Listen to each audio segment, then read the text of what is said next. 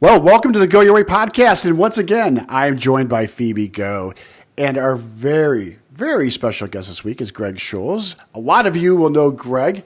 He's been an industry stalwart, I guess. He's a prolific author. He's also a consultant. He's also a guidance counselor for the industry.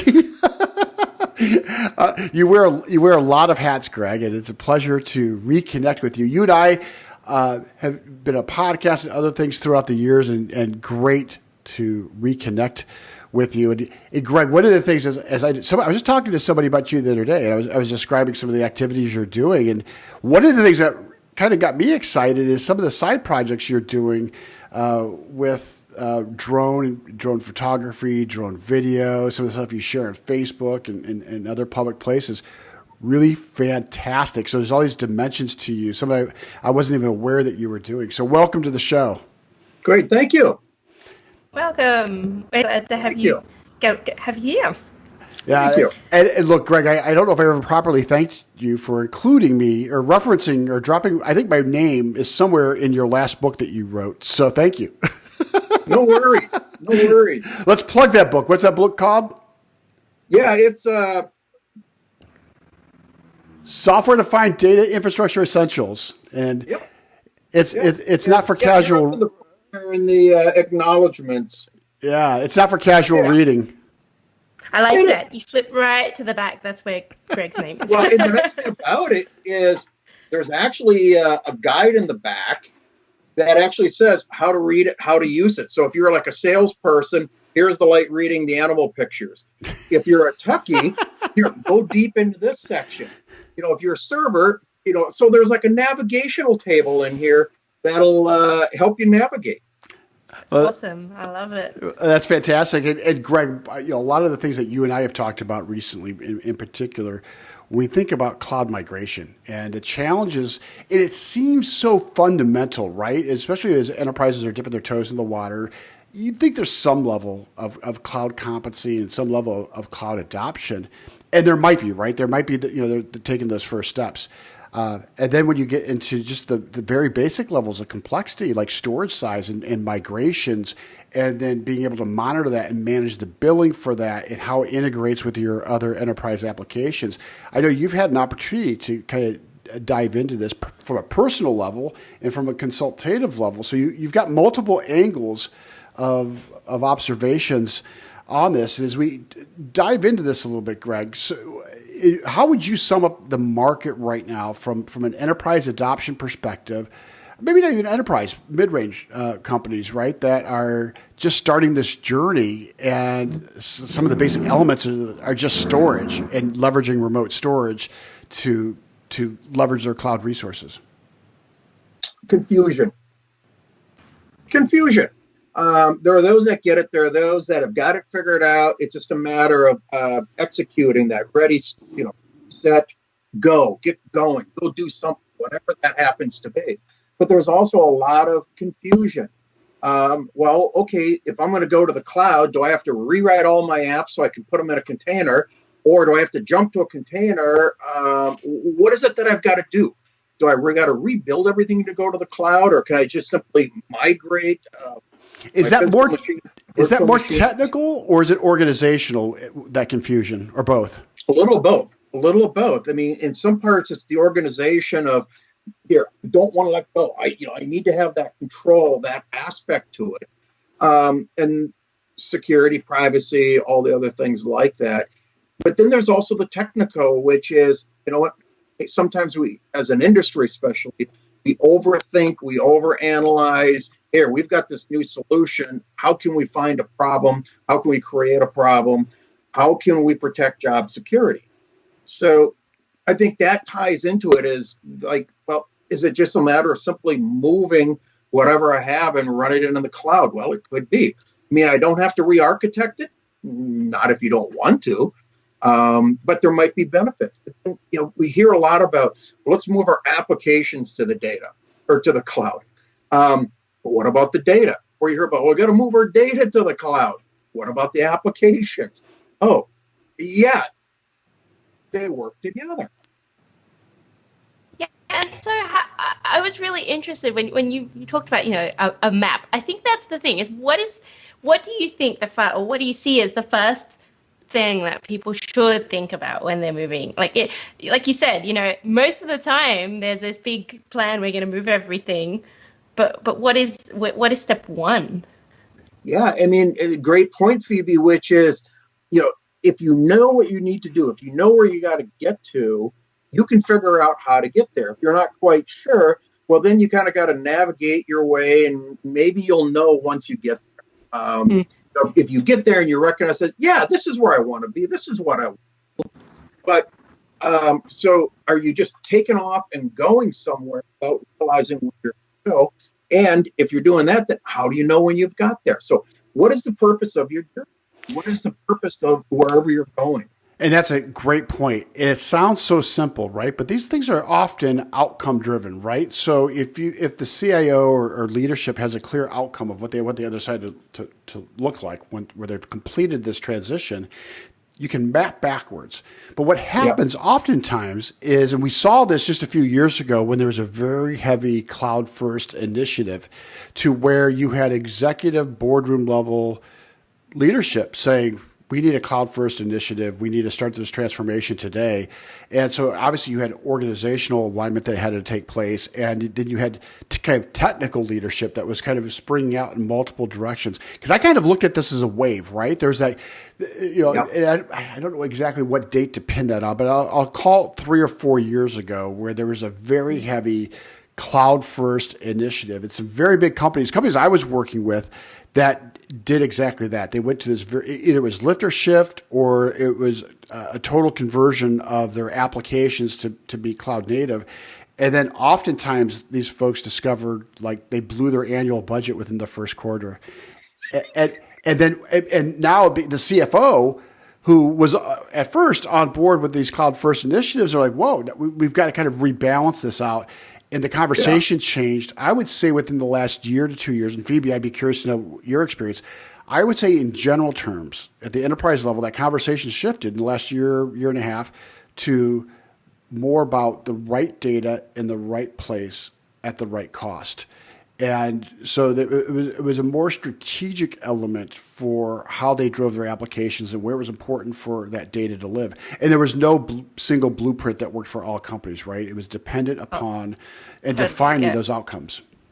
Yeah, totally. I mean, it's unique to each company. What does 100% all-in cloud mean to you? Is it that your people are working in the cloud? Is it that your applications? Is it that everything in your business runs in a cloud?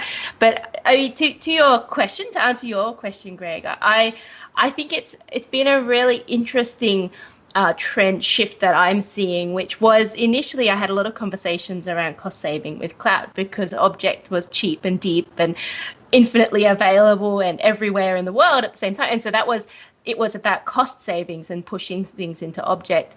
And then I'm actually seeing the shift, which is towards the outcomes, which is, okay, how do we use the cloud better? I love it if it's cheap, but it's more important that we're getting the right outcomes, which is we're able to do really cool things like data analytics or building new platforms or, helping with the COVID-19 research. I think that is definitely bubbling up much more at an enterprise level, not just the startup and the new ideas incubation level. It's definitely at an enterprise.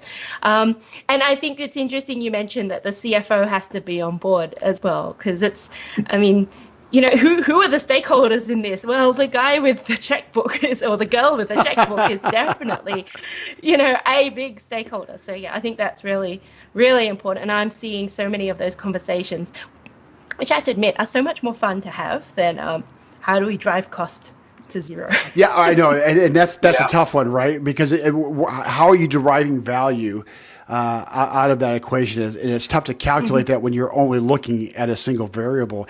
But Greg, I look at this, and again, you and I have talked about this a little bit, and how much of this is personal from you. You think about all that aerial and that drone photography you're taking, how much data that takes at your level. And so the obvious question is, and you leverage this all through the cloud, how are you managing your own data migration? And just for scope, we're talking in excess of 20 terabytes plus every time you need to do a data migration. Hold up. And part of that is, go ahead. Hold up. I need to understand what this drone photography. Tell me about that first before we go into the nuts and bolts. What are you doing? if I'm shooting 4K 60 frames per second, that's 2 gigabytes that's a gigabyte every 2 minutes. Okay. So just think about that. Yeah, that's only one. Well, if I've got multiple, or if you shoot an 8K, whatever, if you've got a fleet of them out there, but just think about that. 2 gigabytes, not gigabits, but 2 gigabytes being generated a gigabyte every 2 minutes. Okay. That's just a video stream. Then you've got all the telemetry, all the metadata that's going along with that. GPS, latitude, longitude, altitude, attitude, direction, battery health, motors, all this other information that you're collecting literally every second, so you've got all this different data that's being collected from the different sensors. Well, let's talk real quick, just for a quick minute, Greg, to Phoebe's point. What are you recording? What are you capturing? It's scenery. It's the wilderness. Sometimes it's scenery. It could be houses. It can be buildings for real estate, for commercial real estate, for property, for home sales, large properties that are being developed or that are being reconstructed. There was one site that I did. It was 200 acres. So it's like just capturing the images so that they can go and show people what it looks like. So it really varies. Sometimes it's events, sometimes it's activities, different things. So it varies. Sometimes it's photography, sometimes it's video, sometimes it's both. Sometimes here's a buzzword for you. This is a great one. Photogrammetry. Oh, that's a new one for me. Okay. Photogrammetry is, if you look at that and you say, oh yeah, 3D model. Oh, that's big data. Okay, great. It's applied big data that the data scientists can get into and actually like, oh wow, I'm inside a house that's spinning around. I'll get vertigo. But photogrammetry is where you're taking, the different images and also collecting all that other information, altitude, latitude, all that stuff, putting it in to a program, which could be local, running in a container or an hypervisor, or it could be in the cloud, wherever it happens to be, and produces that outcome. So that's another area. So you collect all this data from what you're doing. Yep. So I imagine you've got a connection to the internet backbone to migrate this, right? I wish, because of where I live, we're a little bit better than tin cans and string. So how do you do the migration? How I do the migration is I do a couple of things. It's leveraging old school, new school, and it's all about techniques and tradecraft. So what I do is, since I'm collecting everything essentially local or wherever I'm at, right on site before I leave, especially if it's important, I've already destaged it to something like these cute little things, which looks pretty boring, but what's inside of it? Well, these are great. A NVMe M2 gum stick with a USB-C connector. High-speed offload. Anyway, get back to the office, put it onto my servers, put it onto an external drive that goes off somewhere, and then periodically I bunch it all together, and then I ship it to the cloud. And how I do that, for example, if I'm going to send it to Azure, I'm going to use something called DataBox. Yeah, it's actually a cardboard, a small version is a cardboard box that shows up, and there's a bunch of solid state drives in it with the cables, but they're already configured, they're already locked, they're already secured, where you just attach them, you run a couple of scripts to unlock them, get them set to go, and then you put your block blobs in one location, your page blobs for your VHDXs in another location, your files in another, package it all up, take it to UPS or have them pick it up, and a couple of days later, you get the notice from Azure, from Microsoft, saying it's in your bucket, it's in your container, it's currently being processed, and then boom, all your data is there. And it's available. Now, I've heard people talk, and I'm not as familiar with Microsoft's product, but how similar is that to AWS's Snowball? Yeah, so I mean, originally, so you've got Snowball, which is what Amazon service evolved into, and then which is basically a data container, think of it as a data bucket, which we got to be careful because you're a bucket and people are like, oh, good, we can talk about object storage now. Not that bucket, not that bucket. It's like literally, okay, how about a box? Oh, that would be the data box. Okay, something, backpack.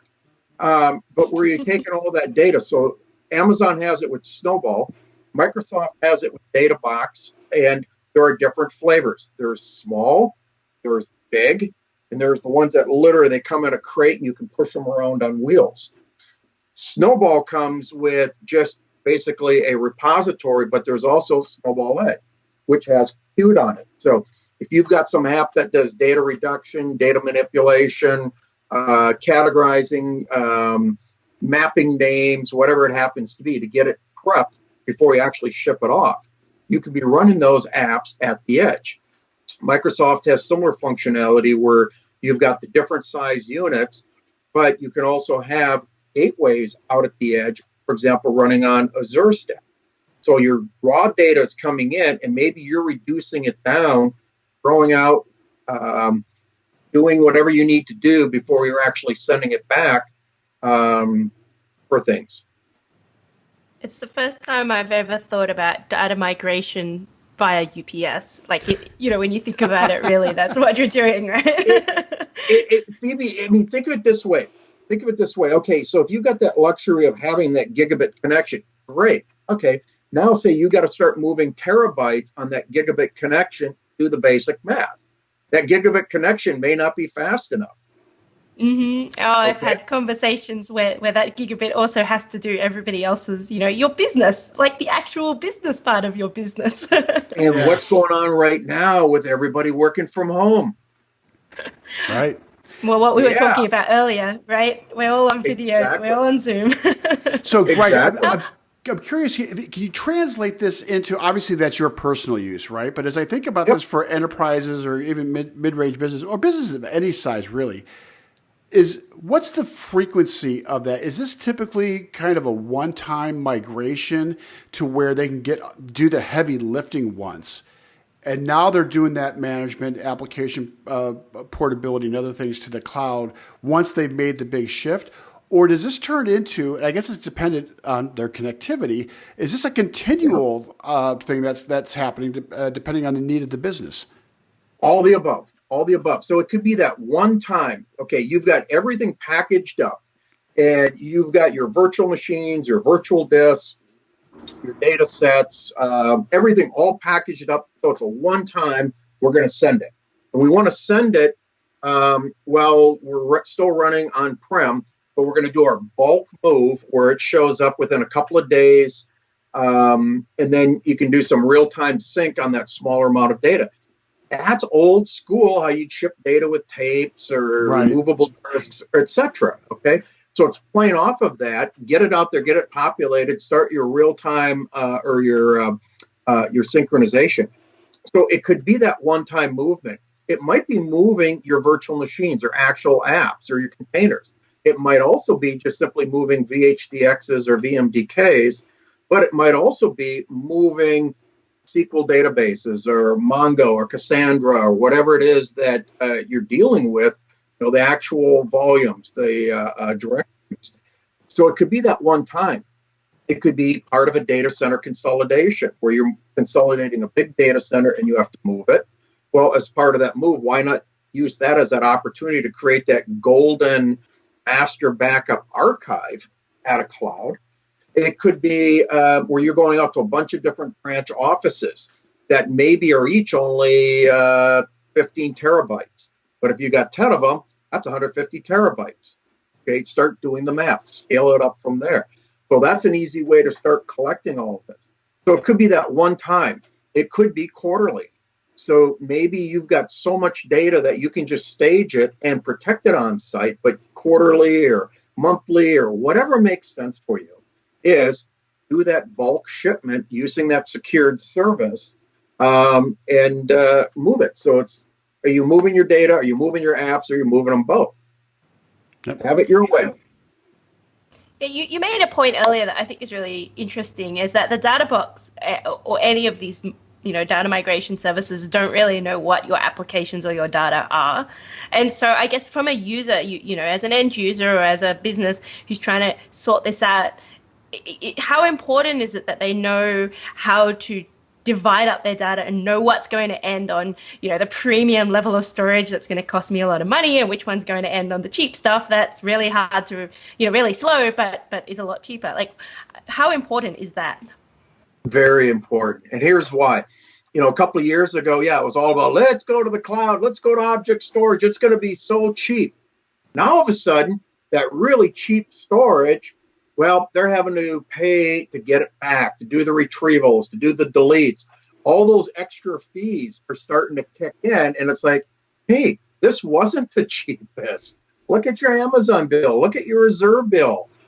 Leverage the tools and see what you've got out there, and put it into the right tier. So absolutely, it's knowing what might be cheapest up front might actually be more expensive. So absolutely, you want to know that. If you're putting everything into, say, a block block because it's cheap, Azure is what, 0.00009 cents a gigabyte. It's lower than Glacier. I think you missed a zero in there. Well, it's Thursday. It is. It's Thursday. And Greg, we could have this conversation for a very long period. And so I do want to make sure that we bring you back to the podcast in the near future. But in the near term, I know how to find you at StorageIO.com. Yep. How can people find you on Twitter? StorageIO.com or StorageIO. Okay, yeah. I was trying. That's an easy handle. I was trying to trick you there, Greg. It's StorageIO.com, StorageIOblog.com, Twitter StorageIO, Facebook I think StorageIO. Likewise my other one, the video side, that's Pictures Over Stillwater. Yeah, where can we find those? PicturesOverStillwater.com. PicturesOverStillwater.com. All right, we're gonna have to go same thing on it's on Twitter, although we shorten it to POS Stillwater. Instagram's they're all the same. Yeah, yep, and I think I've got cross-linked on the sites. Very good. Well, we look forward to digging into that and looking at some of your great photography, Greg. And thank you so much for joining us this week, Phoebe. No worries. Trick question for you, not trick question. How can people leave 5-star reviews for us? Definitely leave 5-star reviews or give us a thumbs up on YouTube. Yes, we are right on down Twitter here below. At the at GYW podcast. So that's where Greg and I will respond to witty banter and cat memes. Or on YouTube, yes, please subscribe and click the bell so that you get notified when we put up another cool video. Fantastic. Again, thank you, Greg. Thank you, Phoebe. And thank you to our audience. We'll see you on the next episode. Thanks, everybody.